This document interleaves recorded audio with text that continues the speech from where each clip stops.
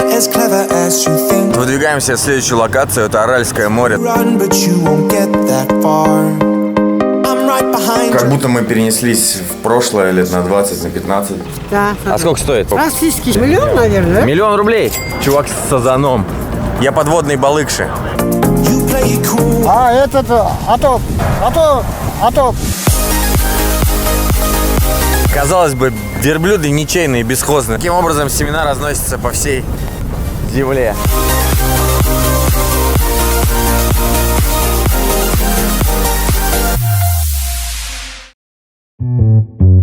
Ребята, всем доброе утро. Мне кажется, у иностранцев в голове возникает огромный диссонанс. Они проживают в таких вот общежитиях, в которых идет ржавая вода. Как будто мы перенеслись в прошлое лет на 20, на 15. И в то же время мы запускаем регулярно ракеты в космос с людьми, возвращаем их благополучно назад. Я как бы не жалуюсь, я к этому привык, я вырос в этом. Мне интересно, как же все, что происходит в голове у иностранца, когда он приезжает на запуск в Байконур, его селят в такое общежитие. И потом идет, смотрит запуск ракеты и уезжает обратно к себе в Америку. Интересно, что вы об этом думаете? Напишите в комментариях. Выдвигаемся в следующую локацию. Это Аральское море. То самое море, где воды сейчас практически нету. Стоят корабли в пустыне. В общем, постараемся протестировать там этот джип, который называется Mercedes X. Первый в своем роде, первый в своем классе. Короче, загружаем по полной его. Поедем по пескам, погоняем.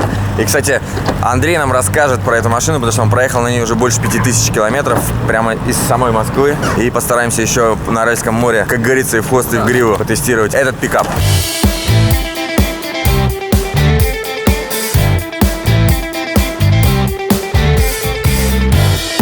Андрей, а можешь рассказать, почему Аральское море высохло? С чем это связано? Значит, версии две. Первая. Это наиболее распространенная версия оскудения рек Амударья и Сырдарья, которые питали Аральское море.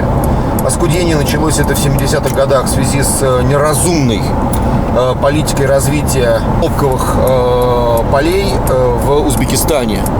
Соответственно, чем больше у тебя территории, тем больше засеяно хлопком засажено, тем больше нужно полива, ну и, соответственно, тем больше воды забирается. Соответственно, для того, чтобы Арал наполнялся, воды уже не хватало. Вторая причина, она более интересна с точки зрения науки. Само Аральское море очень молодое, это озеро, да, это просто очень большое озеро. Почему оно появилось, никто, собственно говоря, до сих пор не знает. Это теория блуждающего моря. Вот оно сегодня ушло, а завтра оно появится вот здесь, например, или вот здесь, да, и точно так же внезапно образуется, начнет наполняться. Здрасте. Кумыс Кумыс. и рыба, да?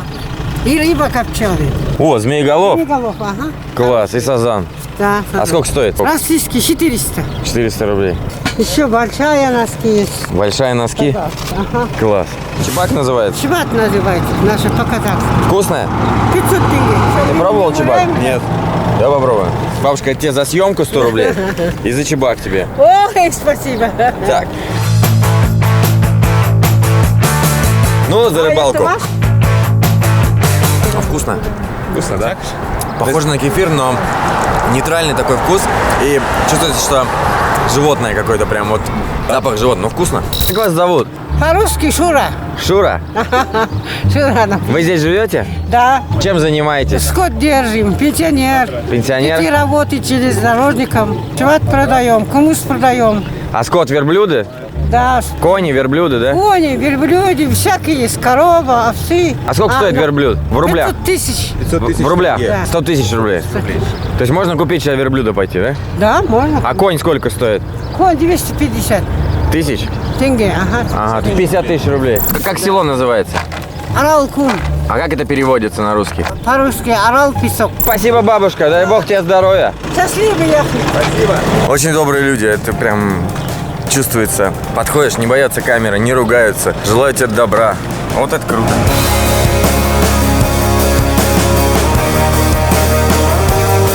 А раньше на этом море бурлила жизнь, да? То есть там и порт был. Там не только, там было много портов. Было Аральское морское пароходство, рыбзаводы, причем не один и не два. Более того, на берегах были курорты и профилактории, куда приезжали люди. Аральск как бы живет только тем, что там большой рынок, там автостанция. То есть через него все равно каким-то образом жизнь проходит, да. Но это Аральск, а все остальные населенные пункты, которые жили Аралом и которых кормило море, эти населенные пункты уже все, это либо города-призраки, либо их вообще не существует.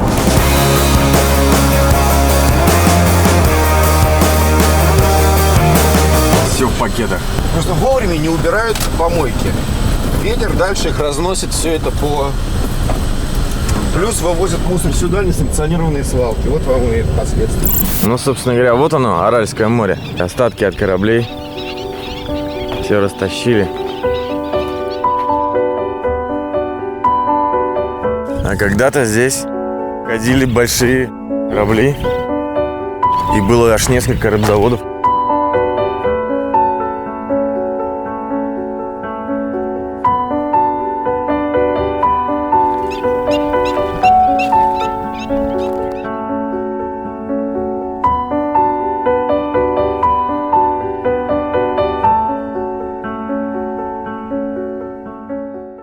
Мы приехали на Аральское море для того, чтобы я вас познакомил с Андреем, профессиональным эксперт-журналистом. Андрей, расскажи, во-первых, как ты сюда добрался, через какие удалось тебе проехать на этом Мерседесе и что это вообще за машина? Ну, давай начнем с того, что, наверное, Mercedes X-класса здесь в первый и последний раз, потому что я очень сомневаюсь, что владельцы этих автомобилей будут использовать их для того, чтобы заезжать вот такие вот, ну, антигламурные места, скажем так. Как раз наоборот, пикап, на мой взгляд, сделан для того, чтобы подчеркнуть некую независимость владельца, который, в общем, является городским жителем, довольно состоятельным. Я серьезный парень. А почему мне нужен внедорожник? Ну, потому что я занимаюсь какими-нибудь вещами, не знаю, типа дайвинга. Машина заметная, я видел даже здесь на дорогах, все обращают внимание, все подходят, спрашивают: о, что, есть такая тачка. То есть внимание однозначно привлекает. Да. Будут ли владельцы использовать потенциал этого автомобиля, сомневаюсь на все 100, да? Вот. Я думаю, что подавляющее большинство из тех людей, которые даже задумываются о покупке такой машины, не знают, что такое блокировка дифференциала заднего и зачем она нужна, хотя здесь она есть. Очень характерная деталь для тех, кто понимает. В отличие от большинства пикапов, задняя подвеска здесь не рессорная, а многорычажная. На пружинах, то есть легковая подвеска. И поэтому машина отлично едет по асфальту. То есть она управляется не как маленький грузовик, не как внедорожник тяжелый, а как практически легковой. Я хочу сказать, что как легковой автомобиль точно, но почти как легковой автомобиль. А что по технической части? Что это, дизель, сколько литров? Да, 2,5 литра турбодизель, 7-ступенчатый автомат. В общем, тоже хороший компромисс между машиной для активного отдыха и городским автомобилем. По расходу топлива мы укладывались на полностью груженной машине в 6,8-6,9, что, в общем, абсолютно приемлемо для дизельного двигателя. Андрей, сколько здесь лошадиных сил? Здесь 190 сил, и на самом деле этого вполне хватает для автомобиля такого класса, потому что подавляющее большинство конкурентов имеют меньшую мощность. Но 7 передач вполне хватает для того, чтобы, с одной стороны, и у тебя езда была плюс-минус динамичной, с другой стороны, экономичная. Они молодцы, что они сделали очень большой бак. Вот этот бак почти в 100 литров, он позволяет тебе без заправки ехать очень долго. Сколько примерно? Ну, я думаю, что километров 800-900. Лично для меня важно не сколько я плачу за литр, а сколько могу проехать на одном баке, чтобы меньше заезжать куда-то и тратить время. И в этом смысле вот эта машина, она очень, очень правильная. Еще один вопрос. Вы встречали космонавтов и поучаствовали в этой нереальной экспедиции, когда приземляется космонавт, и вам нужно в конкретную точку доехать очень быстро. И вы гнали... Как вот машина показала себя в таких условиях? Ну, во-первых, надо заметить, что любой рамный автомобиль будет показывать себя в этих условиях адекватно, поскольку машина рассчитана на жесткие дорожные условия. Мы, конечно, не насиловали автомобиль, и мы выбирали направление, выбирали траекторию, куда мы едем, да, поскольку все-таки это не экспедиционная машина, и машина не имеет никакой специальной подготовки в данном случае. И ты чувствуешь себя довольно комфортно. Но, повторюсь, все хорошо в меру. И еще раз, это автомобиль не сделанный для покорения бездорожья, бездумного покорения бездорожья. Этот автомобиль сделан все-таки для того, чтобы обеспечить владельцу возможность выбраться на оффроуд и не потеряться там.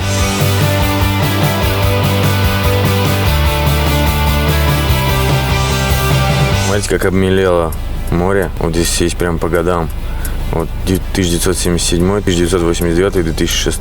Как такое могло произойти? Остались несколько кораблей. Их как экспонаты сохранили. Орал Рыбпром. В таких судах добывали рыбу раньше. А сейчас что? Краны эти остались как память о том, что здесь был крупный порт. Якорь мне в печень. Будка из ДСП.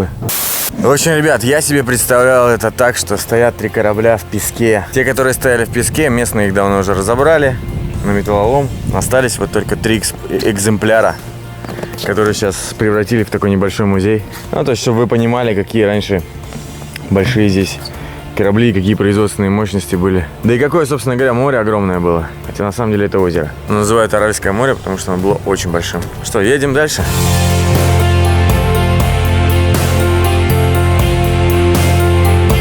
Казалось бы, верблюды ничейные, бесхозные, но как только случается какая-нибудь авария, либо их сбивают, либо крадут, сразу находится хозяин.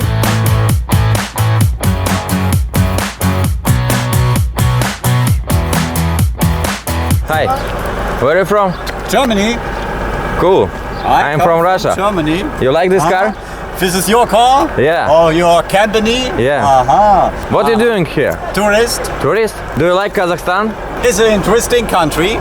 Here always step Aral Lake. Now a little bit from Aral Lake. You're traveling alone? Now I'm alone. Oh, okay, nice to meet you. Nice to meet you. Чувак с сазаном. Рыбак. Фишер. Балыкши. Я подводный балыкши. Ребята, не подскажете, как на казахстанском подводный охотник? Вот подводная рыбалка, знаете? Суасты. Суасты балыкши? Да. Балыкши и суашта. Короче, как-то так. На письмо на Ленина отгрузим 14 вагонов рыбы. Вот это круто. Классное место. You speak Russia? A little bit. What this? Moment, mademoiselle. На письмо Ленина отгрузим 14 вагонов рыбы. Супер. Вот так. Андрей, ты 100% знаешь, почему топчан так, вот, ну, именно такой конструкции, чтобы сразу спать лечь? Да, конечно, это же культура-то какая была, еды, сна, всего в одном месте.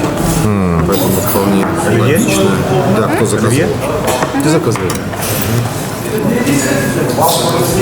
Выглядит вкусно. Ну, кинохроника, естественно, да, и Лагманчик. фоткали. Кстати, обычно лагман с макаронами, а вот здесь почему-то нет. Я думаю, что, скорее всего, это будет меня борщ. знакомый нам. У тебя лагман. А у тебя тоже лагман. Как оказалось, макароны внизу. Очень вкусно. Казахстанская кухня. Очень вкусно. Все очень вкусно. Но подали манты с майонезом.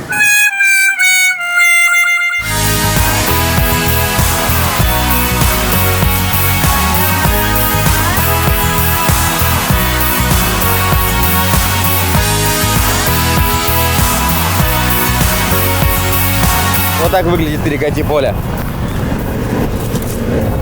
Таким образом, семена разносятся по всей земле.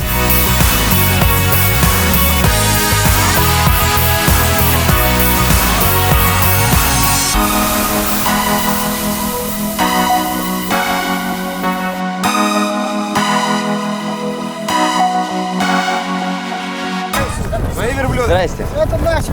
Ваши? Да, я смотрю, а там что там, побежали, потом посмотрим, Привет. что там. А что связаны не все, а только некоторые? А этот, а то побежит. Побежит? Да, А они главные или Да. что, да? У главных связали ноги? да, я, этот, главный. А то туда-сюда ходит, поэтому это. А зачем у верблюда палка в носу? Зачем палку засовывать?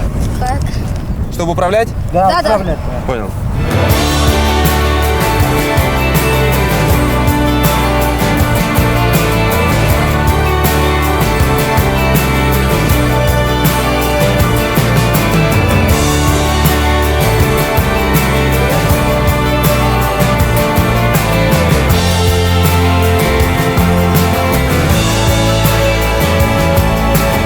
Это нереально. Знаете, какая красота. Что, ребята, день подходит к концу. Спасибо, что смотрели этот выпуск. Ставьте лайки, подписывайтесь на канал. На этом у меня все. Всем удачи и пока.